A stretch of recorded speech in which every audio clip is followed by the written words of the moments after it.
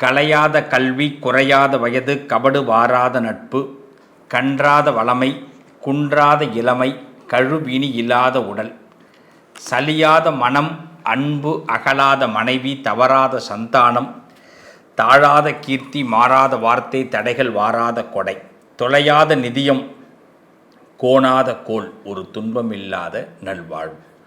பராசக்தி என் அருமையான சகோதர சகோதரிகள் நண்பர்களுக்கு 16 செல்வத்தை பரிபூர்ணமாக தந்தருளட்டும். நிச்சயமாக அன்னையுடைய பேரருள் எல்லாருக்கும் கிடைக்கும்.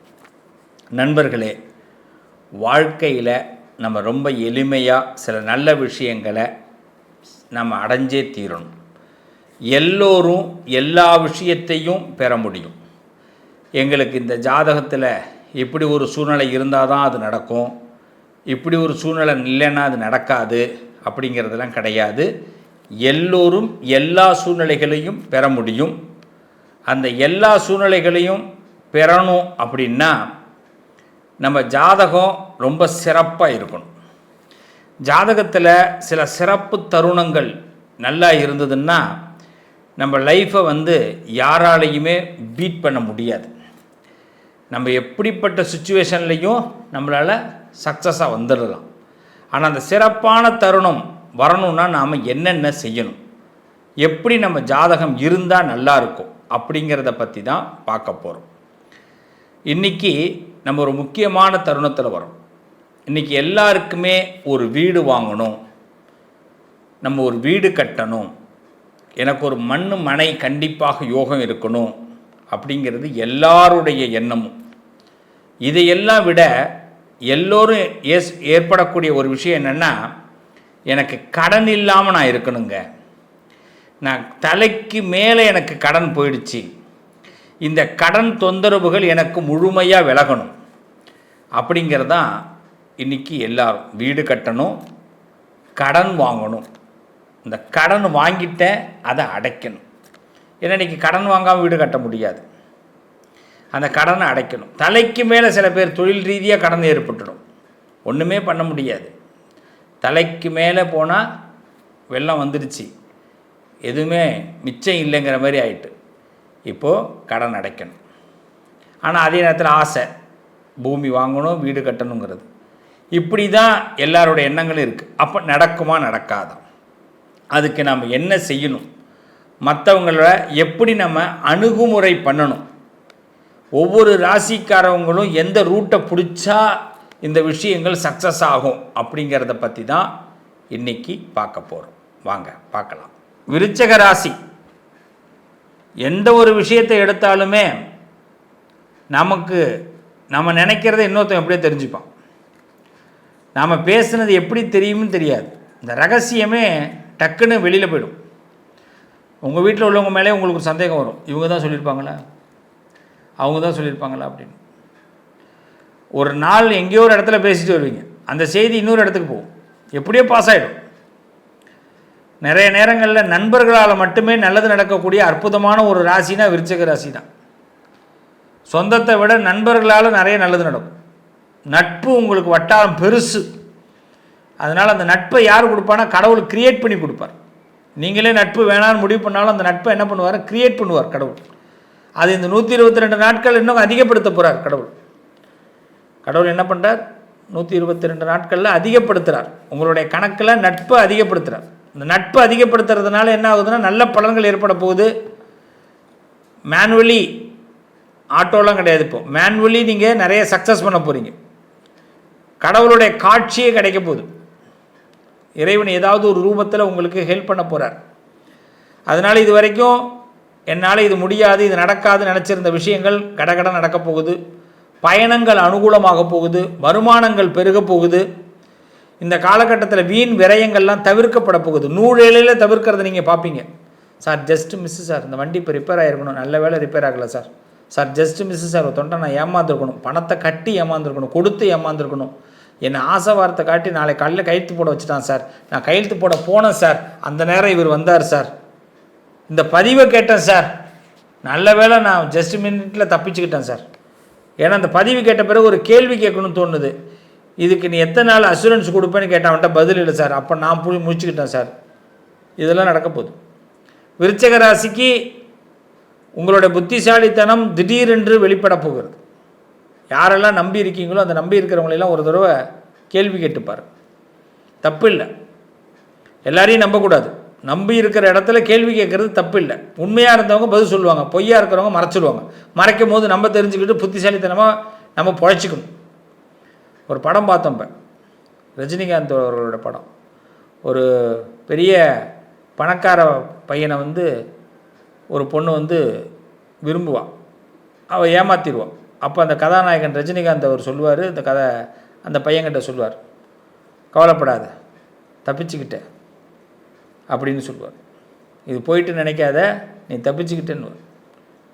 இது ஒரு பெரிய வார்த்தை. இன்றைக்கி அதே தான் விருச்சிக ராசிக்காரர்களுக்கு பார்த்தீங்கன்னா நிறைய விஷயத்தில் தப்பிச்சுக்க போகிறீங்க. நிறைய கெட்டதெல்லாம் உங்களை விட்டு வெளியில் போயிடும். இந்த 122 நாட்கள் நிறைய நல்லது நடக்க போகுது. உண்மையிலே சொல்கிறேன், இது ஒரு நல்ல நேரம். வெளியூர் பயணங்கள் அனுகூலமாகும். குடும்பத்தில் பிள்ளைகளால் உங்களுக்கு சந்தோஷங்கள் ஏற்படும். பிள்ளைகளால் உங்களுக்கு நிம்மதி ஏற்படும். ஒரு நல்ல செய்தி, ஒரு சுப செய்தி உங்கள் வீட்டுக்கு வரும். திடீர் செய்தி, பரவாயில்ல, என் பிள்ளைக்கு பரவாயில்ல, இது நடந்திருக்கு. குடும்பத்தில் ஒரு நல்ல செய்தி தானே.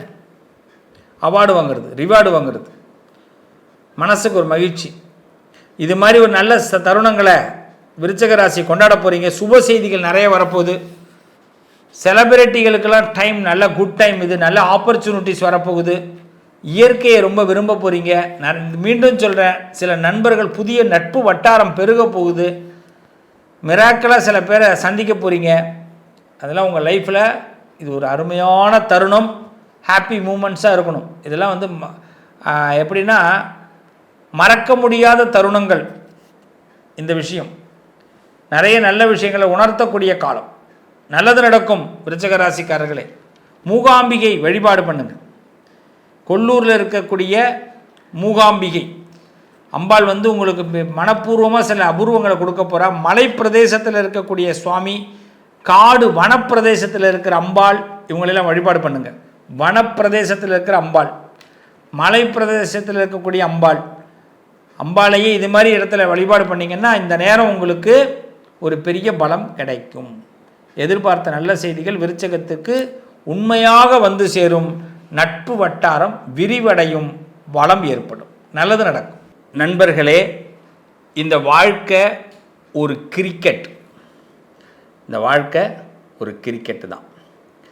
இப்போ இந்த கிரிக்கெட்டில் பார்த்திங்கன்னா ஒரு 2 விதமாக நம்ம இந்த கிரிக்கெட்டை பார்க்கணும். ஒரு பால் ஒரு போடுறார், ஒரு பவுலர் போடுறாருன்னா அவர் எடுத்த உடனே அவர் 6 அடிக்கணும்னு தான் நினைப்பார். எந்த பவுலராக இருந்தாலும் 6 அடிக்கணும், இந்த வாய்ப்பை நம்ம தவற விடக்கூடாது, நம்ம திறமையை காட்டணும் அப்படின்னு தான் அந்த பால் போட வருவார். அவர் முதல் ஒரு ரவுண்டு இப்படி எடுக்கும்போது அந்த லைனில் தான் வருவார். அந்த நேரத்தில் அவருடைய திங்கிங் என்ன இருக்கும், யாரெல்லாம் எப்படி நிற்கிறாங்க அந்த இடத்துல அப்படின்னு பார்க்க ஆரம்பிப்பார். அப்போ ரொம்ப கடுமையாக இருந்ததுன்னா 6 அடிக்க முடியலைனாலும் 4 அடிக்கணுங்கிற எண்ணம் வரும். இல்லைன்னா மேக்சிமம் நம்ம நோ பால் வேணாலும் எடுத்துக்கலாம், ஆனால் அவுட் ஆகிடக்கூடாதுங்கிறதுல ரொம்ப தெளிவாக இருப்பார்.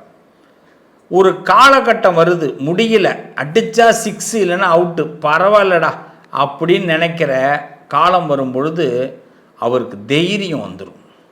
அதில் தான் நிறைய 6 அடிக்கிறதெல்லாம். என்றைக்குமே பயந்துக்கிட்டு வாழ்க்கையில் பால் போட்டோம்னா நம்ம லைஃப்பில் சக்ஸஸ் பண்ண முடியாது ப்ரோ சிஸ்டர்ஸ். உண்மையிலேயே இதுதான். தைரியமாக பால் போடணும். அடிக்கிறதெல்லாம் 6 தான். தவறுனா 4, அவுட்டே கிடையாது. இதுதான் வாழ்க்கை. தைரியம் ஒரு மனுஷனுக்கு பிறக்கணுங்க. ஜாதக கட்டங்கள் ஒரு பக்கம், தசா புத்தி ஒரு பக்கம், கிரக நிலைகள் கோச்சாரம் ஒரு பக்கம். இது 3ஐயும் நம்ம பேஸ் பண்ணும் பொழுது நமக்கு முதல்ல இருக்கிறது தைரியம் தான் வேணும். என்ன திசை நடந்தாலும், என்ன புத்தி நடந்தாலும், கோச்சாரத்தில் கிரகங்கள் எப்படி இருந்தாலும், நம்ம கட்டத்தில் பிறப்பு கட்டத்தில் எப்படி கிரகங்கள் இருந்தாலும் பரவாயில்லைங்க, நான் தைரியமாக ஃபேஸ் பண்ண அன்னைக்கு முடிவு பண்ணிட்டேன் அப்படின்னு நீங்கள் நினச்சிங்கன்னா உங்களுடைய வெற்றி ஆரம்பங்க. கடவுள் அதை ஒன்றை தான் எதிர்பார்க்குறார். ஆடுகளத்தில் இருக்கிற நம்ம ஆட்டத்தை சரியாக ஆடணும்னா தைரியத்தோடு நம்ம அந்த ஆடுகளத்தை ஃபேஸ் பண்ணணும். அப்படி ஃபேஸ் பண்ணிங்கன்னா எங்கள் சகோதர சகோதரிகள் நீங்கள் நிச்சயமாக 6 அடிக்க போகிறீங்க, கண்டிப்பாக தவறுனா 4 அடிக்க போகிறீங்க. ஆனால் அவுட் ஆக மாட்டீங்க, நீங்கள் நினச்ச கோலை அடைவீங்க. ஏற்கனவே ஒருத்தன் ஒரு ஸ்கெட்ச் போட்டு வச்சுருப்பான், இத்தனை ரன்னு நான் எடுத்திருக்கேன்னு. இதை தாண்டி தானே நம்ம எடுக்கணும், எடுத்துருவோம். நம்ம ஆட்டத்தை ஆரம்பிப்போம். இந்த கிரிக்கெட் ஆட்டம் மாதிரி தான் நம்ம வாழ்க்கையும். இன்றைக்கி தெரிஞ்சுக்கிங்க, உங்கள் லைஃப்பில் எந்த இலக்கை தீர்மானிக்கிறீங்களோ அந்த இலக்கை அடைய முடியும். என் நண்பர்களே, சகோதர சகோதரிகளே, தயவு செய்து பின்வாங்காதீங்க. இனி வரக்கூடிய காலத்தில் எப்படியெல்லாம் இலக்கை அடைகிறதுக்கு என்ன செய்யலாங்கிறத பற்றி பேச போகிறோம். தொடர்ந்து சேனலை வாட்ச் பண்ணுங்கள். நல்லதே நடக்கும்.